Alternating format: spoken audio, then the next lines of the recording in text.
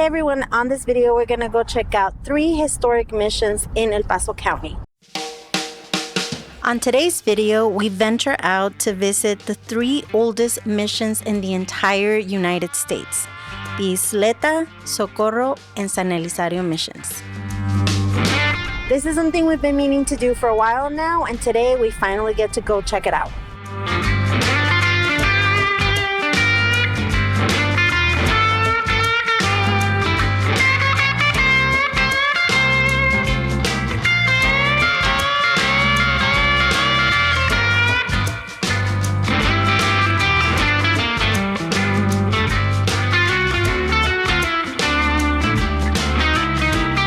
All 3 missions are included in the National Register of Historic Places and are also part of El Camino Real de Tierra Adentro.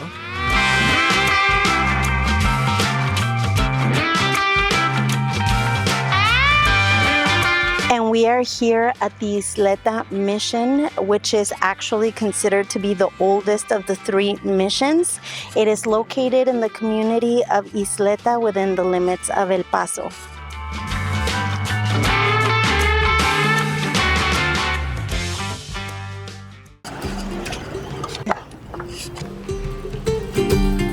The Ysleta Mission, originally called La Misión de San Antonio de Ysleta Sur, was established in 1680, and it first served as a refugee camp as members of the Tiwa tribe were forced to flee from their ancestral home, Ysleta Pueblo, located south of present-day Albuquerque, New Mexico.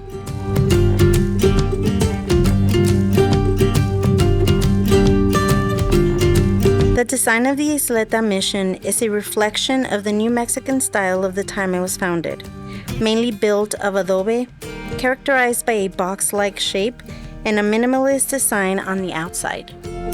So the church actually relocated several times over the years due to flooding of the Rio Grande.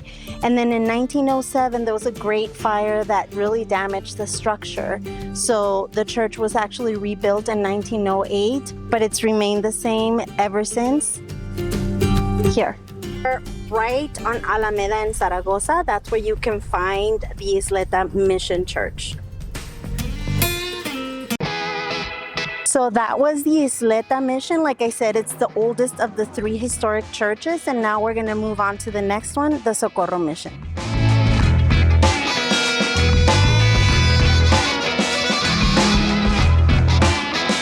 So from what we researched, it seemed like all 3 were moved at some point. All 3 missions were actually built really close to the Rio Grande, and all of them had some type of damage due to flooding from the Rio Grande. Every single one of them.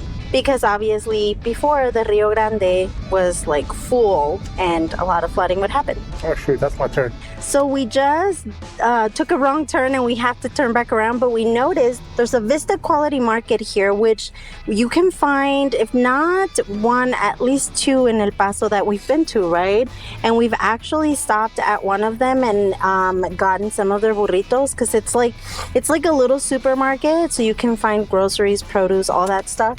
Okay, so we're still on Alameda. That's where we're going to be making a turn to the next stop.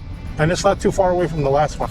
No, so they're all actually very close together, and that's why they're all also part of the Camino Real trail, which is also known as a mission trail. I personally feel like this area actually has more of like Native American presence, Native American culture, heritage, history, just like the structures. I mean, all of it. I think it's more representative of Native American heritage. So the Socorro Mission Church was originally established in 1680, as you can see. However, the structure before us today wasn't actually built until 1840. Since then, it has a full-scale renovation. They've repaired the walls to make sure they're stabilized. They've repaired the tower, where the bell stands, and they've also renovated the inside to ensure that it's preserved.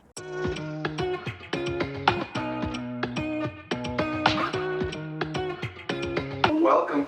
How are you? Good. How are you? Doing well, thank you. Get some lights on for you. The Socorro Mission, also known as Nuestra Señora de la Concepción, was founded in the late 1600s to serve displaced Pueblo Indians from New Mexico who fled during the Pueblo Revolt. In the ceiling date back to the original structures. Wow. And in a way it makes sense because, you know, the mud walls would get washed away.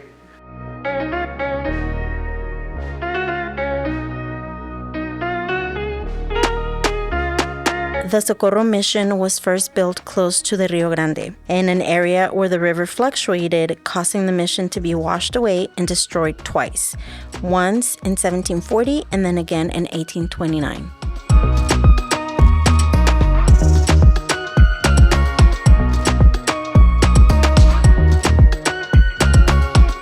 One of the coolest things we learned while we visited the Socorro Mission is that it features wooden ceiling beams that were salvaged from the flood of 1740. These original beams are distinguished by their intricate painted designs. Some beams have been replaced over the years, and these newer beams are marked with the date that they were installed.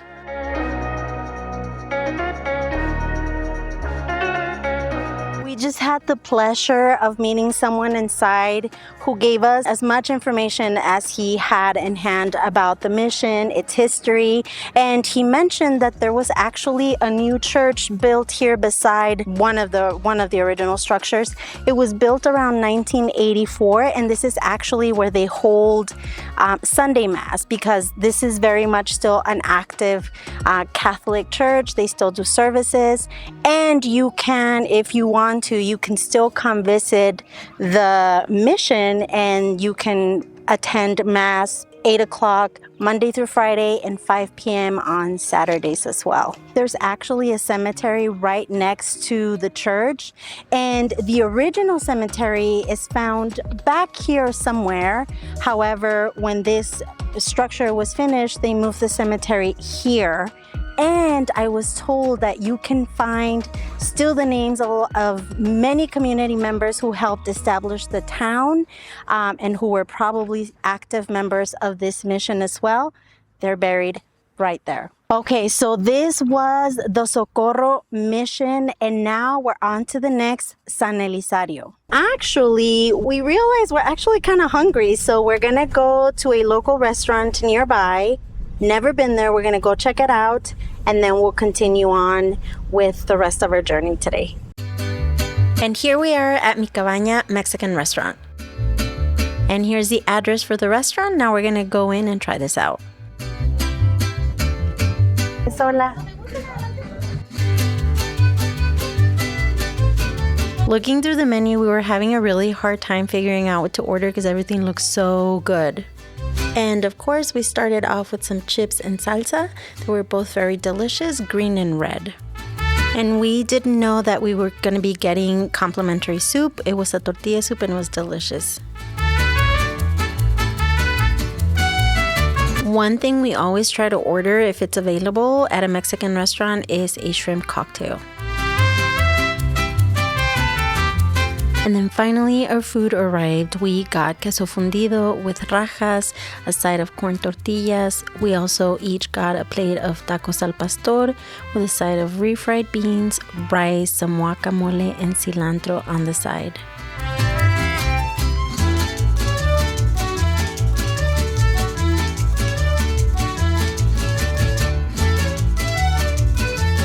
If you've never been here, we highly suggest that you do. Highly recommend this place to come check out. Very good. The meat al pastor, usually when I order or when I have ordered in other places, it tends to be a little on the salty side.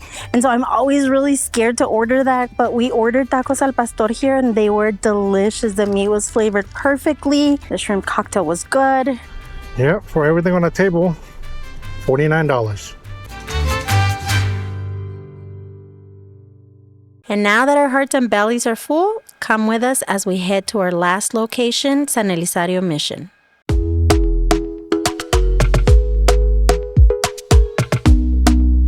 And we are here at the last mission that we had planned to visit today, and I'm excited to tell you all about it. Before the San Elizario Mission was built, it was actually a chapel owned by the Spanish crown and served to provide religious needs for military personnel.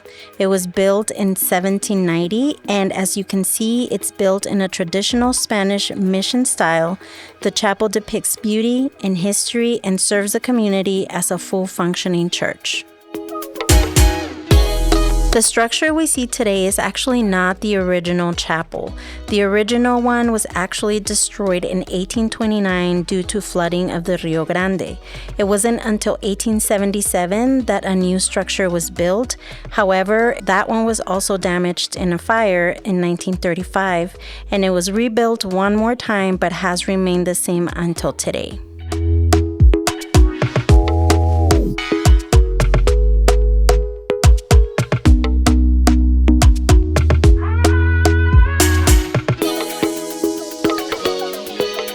We were excited to find out that outside of the mission, there's actually a museum and information center, and we could not miss out on having the opportunity to check it out.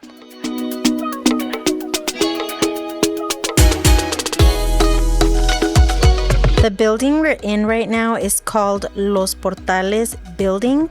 It's a museum and information center, like I said, but we learned that in 1870, the first El Paso County Public School opened at this very building. We came to see the San Elizario Mission, but also the town of San Elizario is considered a historic district. So this museum serves as sort of like a stepping back into history to tell us all about the town and the area.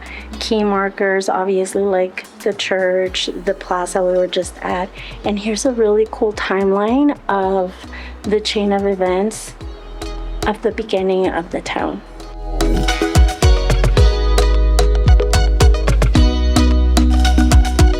So I guess in 1879, the Sisters of Loreto opened St. Joseph's Academy here in San Elizario. But then in 1892, it was relocated to El Paso and became Loreto Academy, which, by the way, still exists today and it's still operating today. So as you can see, there is so much to see, so much to learn. This area is filled with history. I mean, this is a small museum that holds so much information, and not just here. Like, if you get a chance to talk to someone like we did in the Socorro Mission or even Ysleta Mission, there are so many things that make this small area super important to Texas and to our history as El Pasoans as well. And it wasn't until the year 2000 that Los Portales opened its doors as a museum. So I feel like this is all we have for now, but I'm also kind of walking away with a sense like there are many things that we need to still explore and learn about related to what we just visited today, but we're definitely going to plan something in the future. This was great. I'm walking away really satisfied with a lot more knowledge and just excited to see what we learn on the next video. Oh man, so we need some water. It's freaking 100 degrees right now. I think we're done for today. I think so too, and honestly, like, I was excited. I was looking forward to just coming and looking at these structures that are so old, hundreds of years old. So it's always exciting to see things like that, relics like that. But then, I don't know, what do you think? Because I feel like once we showed up and we actually started learning more about it and we got to see it in person. There's a whole lot more history than what we got right now. Maybe next time we'll come do a deeper dive into the history of this area. Yeah, because we also just found out that there are other museums that give a whole bunch of history that can be tied down to the areas that we just visited today. So yeah, just like Ren said, I feel like there's still so much more that we can learn, so many more things to see, but we're definitely going to plan it for a future video. Okay, so I hope you all liked the video. We had a lot of fun filming this, again, learning about it, and I can't wait to come back and show you all some more in a future video. But for now, that's it. Have a wonderful day. And remember, if you like this type of video, please be sure to like, subscribe, and share with your friends as well. Bye.